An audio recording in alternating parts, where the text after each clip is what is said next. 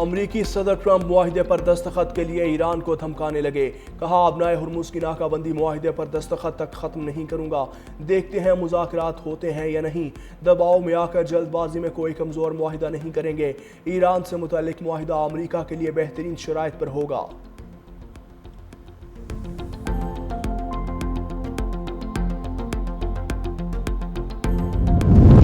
ایران نے مذاکرات کے لیے ٹرمپ کی دھمکیوں کو مسترد کر دیا۔ اسپیکر ایرانی پارلیمنٹ باقر کالیباف کہتے ہیں دھمکیوں کے ساتھ مذاکرات قبول نہیں۔ ڈونلڈ ٹرمپ مذاکرات کی میز کو ہتھیار ڈالنے کی میز میں تبدیل کرنے کی کوشش کر رہے ہیں۔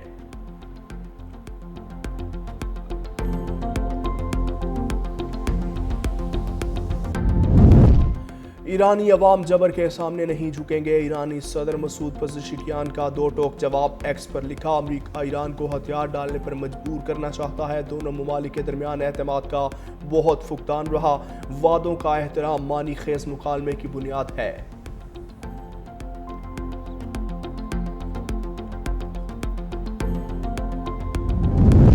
اور اسلام آباد میں امن مذاکرات کے دوسرے دور کی تیاریاں، امریکی نائب صدر جیری وینس، سٹیو وٹکوف اور جیریڈ کشنر بھی پاکستان آئیں گے۔ ترجمان وائٹ ہاؤس کا کہنا ہے کہ صدر ڈونلڈ ٹرمپ امریکہ کو ایران کے ساتھ ایک اور تباہ کن ڈیل میں نہیں دھکیلیں گے۔ صدر ٹرمپ نے ایران سے ڈیل کی تو یہ سب کے لیے امن، سلامتی اور تحفظ یقینی بنائے گی۔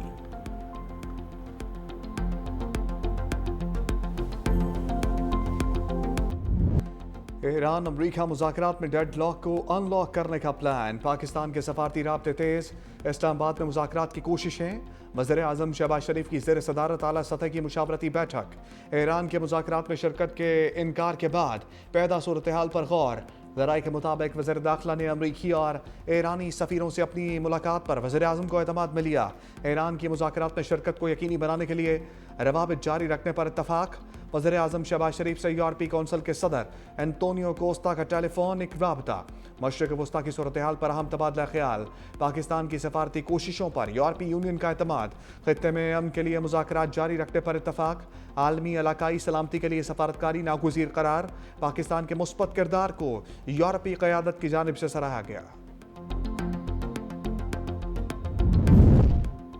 اسلام آباد مذاکرات میں ایرانی وفد کی شمولیت کی امید، اسحاق ڈار کی ایرانی وزیر خارجہ عباس اراغچی سے اہم ٹیلی فونک گفتگو، خطے میں امن و استحکام کے لیے مذاکرات جاری رکھنے پر زور، زیر التوا معاملات کے حل کے لیے جلد رابطوں پر اتفاق، اسحاق ڈار سے آسٹریلیا ہم منصب پینی وانگ کا رابطہ، امریکہ ایران مذاکرات میں پاکستان کے مثبت کردار کو سراہا، سفارتی کوششوں کی بھی تعریف، اسحاق ڈار کا مثبت رابطوں اور سفارتکاری کی حوصلہ افزائی کے عزم کا اعادہ۔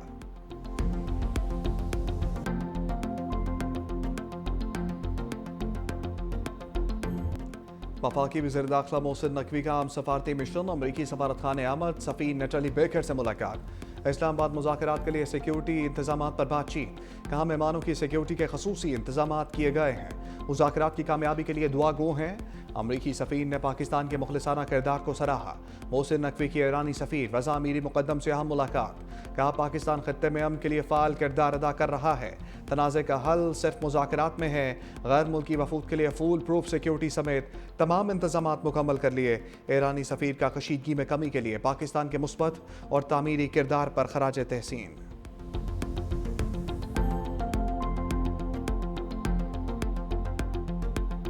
ابنائے ہرمز میں کشیدگی کی لہریں بلند، امریکی بحری فوج نے ایرانی کارگو جہاز قبضے میں لے لیا، ٹرمپ نے سوشل میڈیا پر لکھا، وارننگ کے باوجود ایرانی عملے نے جہاز نہیں روکا، امریکی بحریہ کے گائیڈڈ میزائل ڈسٹرائر نے خلیج عمان میں ایرانی پرچم والے جہاز کو روکا، 900 فٹ طویل ایرانی جہاز اب امریکی میرینز کے قبضے میں ہے، ایرانی جہاز کا وزن ایک طیارہ بردار بحری جہاز کے برابر ہے، امریکی بحریہ نے ایرانی جہاز کے انجن روم میں سوراخ کر کے اسے ناکارہ بنا دیا، امریکی سینٹ کام نے جہاز پر حملے کی ویڈیو بھی جاری کر دی۔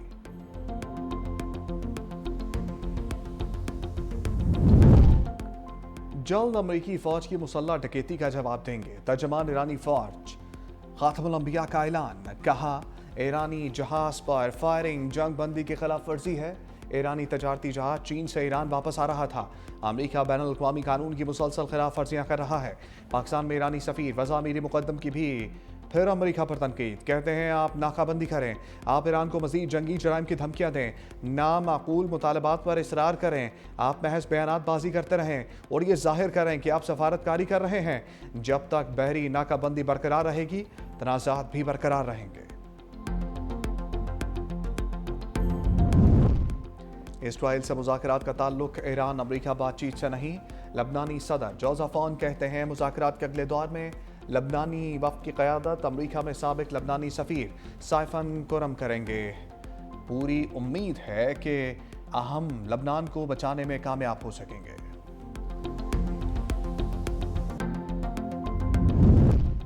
خیبر پختونخوا اسمبلی میں اسلام آباد مذاکرات کی حمایت میں قرارداد متفقہ منظور، حکومت اور اپوزیشن کی پیش کردہ قرارداد میں امن، استحکام اور علاقائی تعاون پر زور۔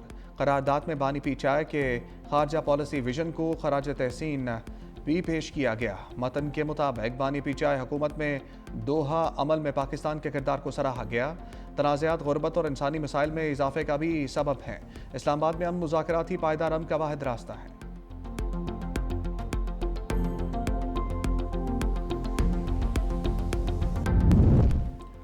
پاکستان نے یورو بانڈ کا حجم بڑھا کر 75 کروڑ ڈالر کر دیا۔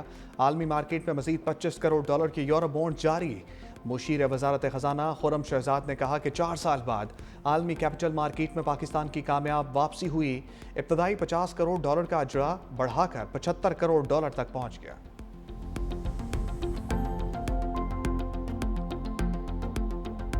وزیر اعلیٰ سندھ کا بڑا فیصلہ، گندم فروخت کی حد ختم۔ مراد علی شاہ کی زیر صدارت گندم کی خریداری پر جائزہ اجلاس۔ وزیر اعلیٰ سندھ نے کہا کہ چھوٹے آبادکار اب بغیر کسی پابندی کے گندم فروخت کر سکیں گے۔ فی ایکڑ 5 بوری کی شرط ختم کرنے سے ہاریوں کو بڑا ریلیف ملے گا۔ بر وقت ادائیگی ہاریوں کے اعتماد کے لیے نہایت اہم ہے۔ وزیر اعلیٰ سندھ کی زیر صدارت سبسڈی عمل درآمد کا جائزہ اجلاس، کہا ڈیٹا کی غلطیوں کی بنیاد پر تاخیر برداشت نہیں کی جائے گی۔ فیول سبسڈی کے لیے 3976 گاڑیوں کو ادائیگی، 14 کروڑ 67 لاکھ جاری کیے، 11989 اہل گاڑیوں کا ڈیٹا جمع۔ سینئر وزیر سندھ شرجیل میمن کا پیپلز بس سروس کے نئے روٹ کا اعلان، کہا ٹنڈو LIR سے حیدرآباد کے درمیان سروس کا باقاعدہ آغاز 22 اپریل سے ہوگا۔ منصوبے سے دونوں شہروں کے درمیان شہریوں کو بہتر سفری سہولیات میسر آئیں گی، روزمرہ آمد و رفت میں آسانی پیدا ہوگی۔ جلد ہی مزید شہروں میں بھی اس سروس کا آغاز کیا جائے گا۔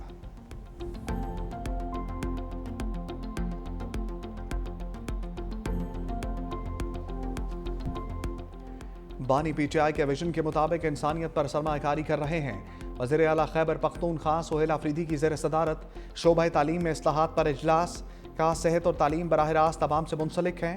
کوشش ہے ایک بھی بچہ تعلیم کے بنیادی حق سے محروم نہ رہے۔ انٹر ڈسپلنری ریسرچ سینٹر کے قیام کے لیے 50 کروڑ روپے جاری کرنے کی ہدایت۔